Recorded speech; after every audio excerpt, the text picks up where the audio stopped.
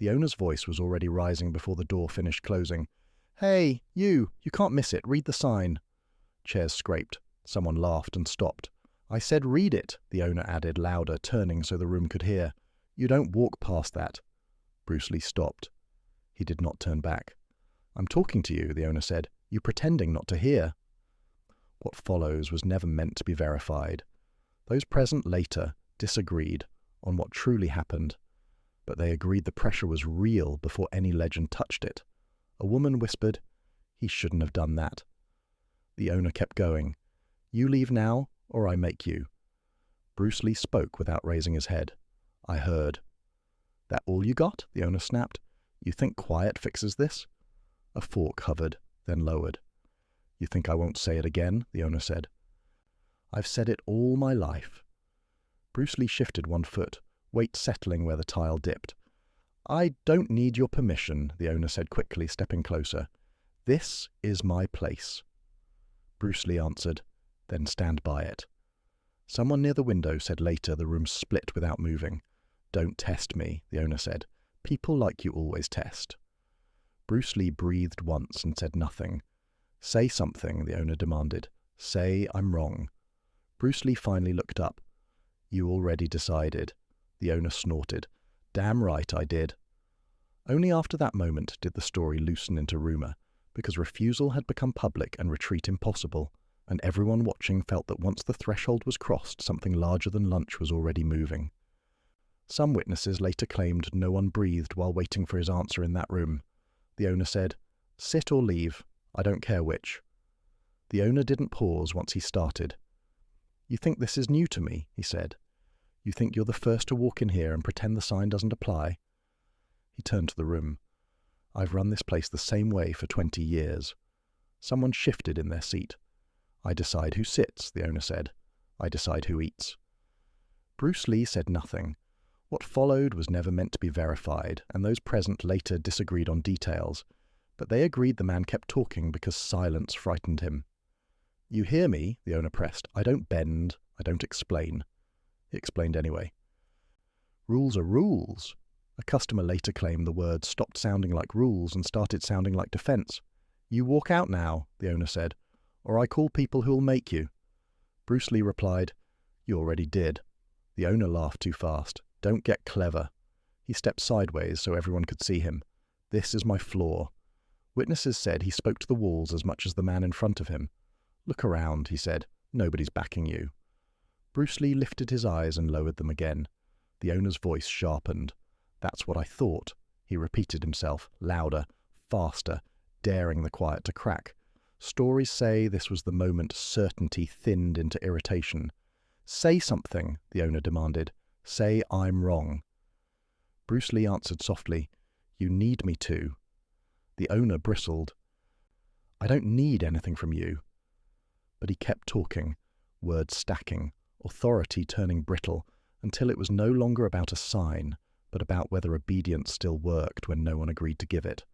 Those present later said the owner never noticed the shift, only that he kept speaking, louder than before, mistaking noise for control, while the quiet in front of him waited, patient, unmoved, turning his performance into something the room could no longer pretend was strength, only habit exposed under watching eyes that would remember him for this moment alone.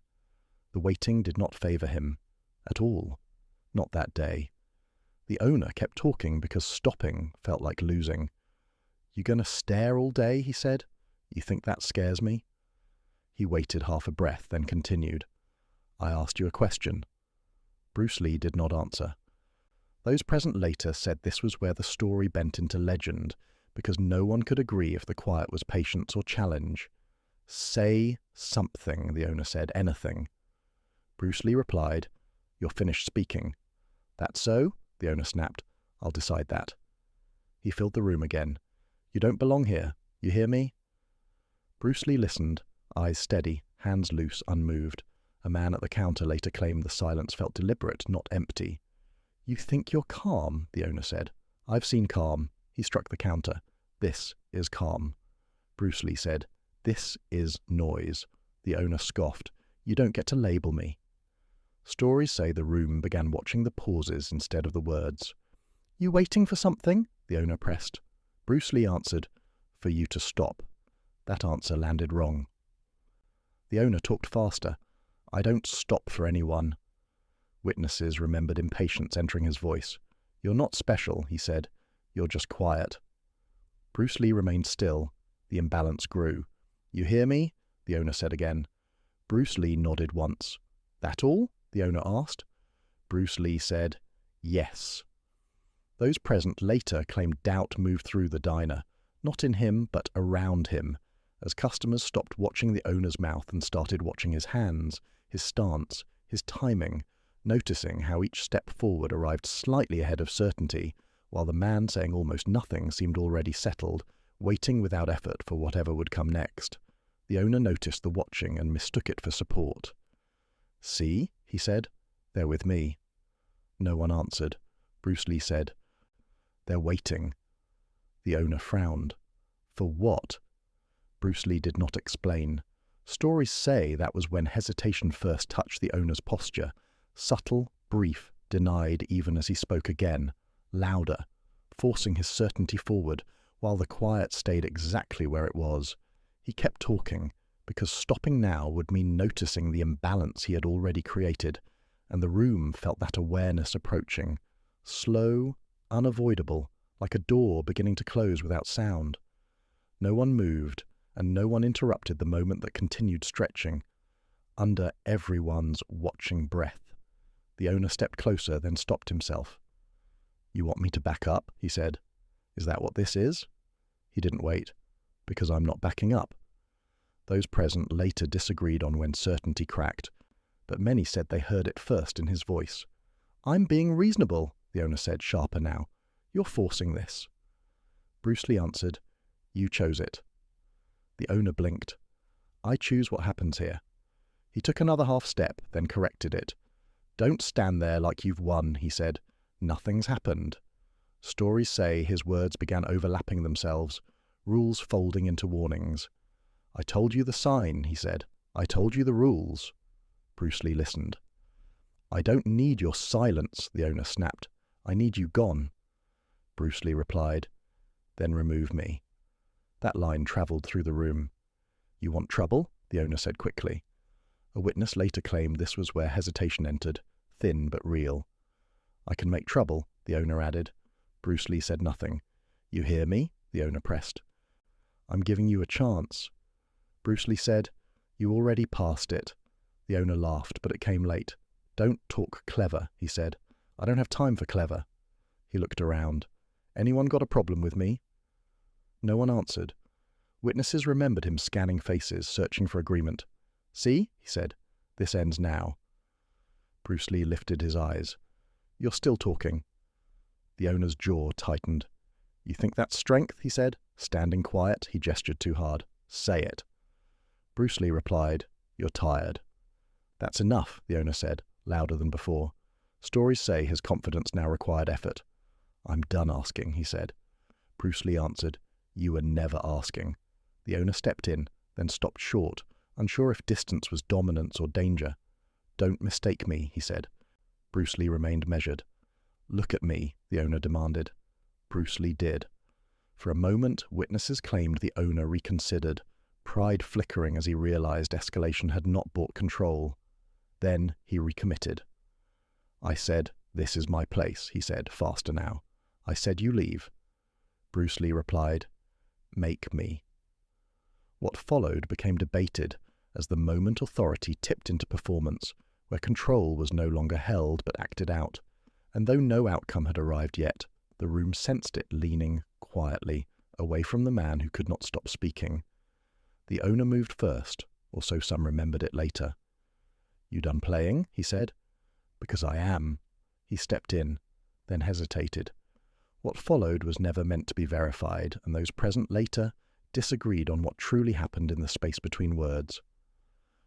"Don't test me," the owner said, louder now. "I warned you." Bruce Lee did not answer. "You think this is funny," the owner pressed. "You think I won't act?"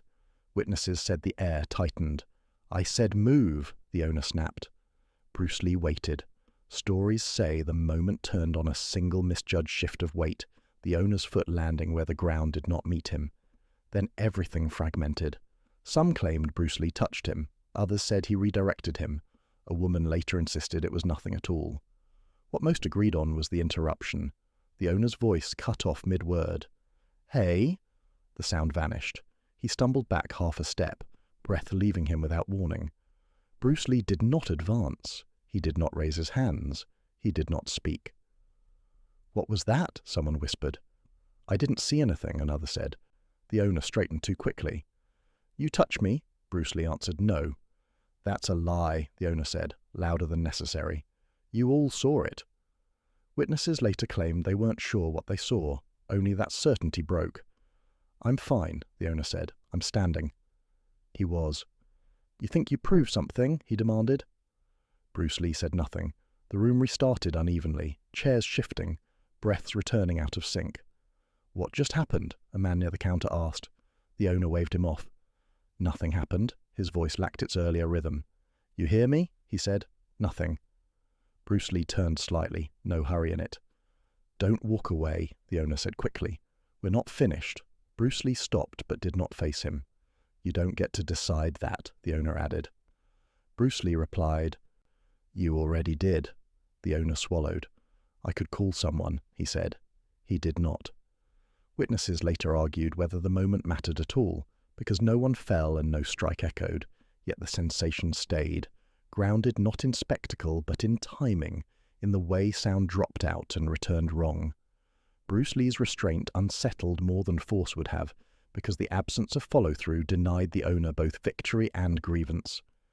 He stood altered, unhurt but unsure, facing a silence he had not chosen, while the legend quietly began forming around the space where excess should have been, and was not. The owner rubbed his temple, muttering under his breath. What just happened? He stepped back, looked around the diner, then spoke again. Nothing. Nothing happened. Bruce Lee did not move. He did not explain. Those present later said the silence was heavier than any word could have been. "You think this changes me?" the owner asked, quieter now, almost to himself. A customer whispered, "I don't think he's going anywhere." "Of course not," the owner muttered, more to steady himself than to reply. "Sit or leave, it doesn't matter." Bruce Lee shifted slightly, but his eyes never left the counter. Stories say this was when the room realized that the noise of control had ended, leaving only the weight of presence. "You're finished talking?" a witness asked. The owner did not answer immediately. He started, then stopped. His hands hovered, gripping the edge of the counter before letting go. "I said nothing happened," he repeated, louder. Bruce Lee breathed once, slow, even. A customer later claimed it was the kind of breath that unsettles because it carries no explanation and refuses interruption. "I don't," the owner began again, searching for a narrative that fit. Bruce Lee said nothing. "I could call someone," the owner said finally, voice steadier but quieter than before. "I could make a scene." He didn't. Those present later claimed his certainty had evaporated, replaced by recalibration. "I said my rules," he muttered, more to himself than anyone else. Bruce Lee remained still, unconcerned with victory or acknowledgement. The owner glanced at him, a private calculation running across his expression. "You didn't break anything," he said, soft, almost admiring. No reply came. "I didn't lose," he whispered, as if convincing himself. Stories say that whatever respect existed was silent, observed rather than declared. Bruce Lee's restraint left the diner altered, the air quieter, every presence aware that the moment had passed without spectacle, yet had changed the way authority, space, and silence were understood. The owner returned to his floor, his rules intact yet reframed, and the legend began its slow, whispered life among those who had watched. Stories say the diner never looked the same afterward. Some told it as humiliation, others as restraint, but all agreed something shifted in the air. "He didn't even speak," a customer later recalled, and yet everything changed. The owner, according to rumor, carried the moment quietly, replaying it in corners of the diner, in gestures and pauses that no one else could fully read. "I still run this place," he muttered to himself once, "but it feels different."